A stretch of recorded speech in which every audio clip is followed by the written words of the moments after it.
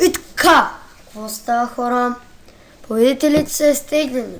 Като започнем за най-първи победител е Tiger Rod, той печели най-първа аккаунт, който е DoTBG, втория Neon Assassin, той печели 66, третия е Value, тук съм бъркал, той печели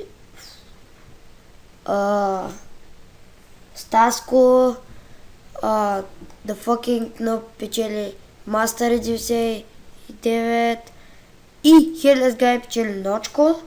Това са победителите и не ми се правеше голям клип. Просто викам, да, аз вече съм ги изтеглял. Не съм мамил, не съм нагласил нищо. Просто имаше доста хора, където не бях се абонирали. Имах 26 коментара и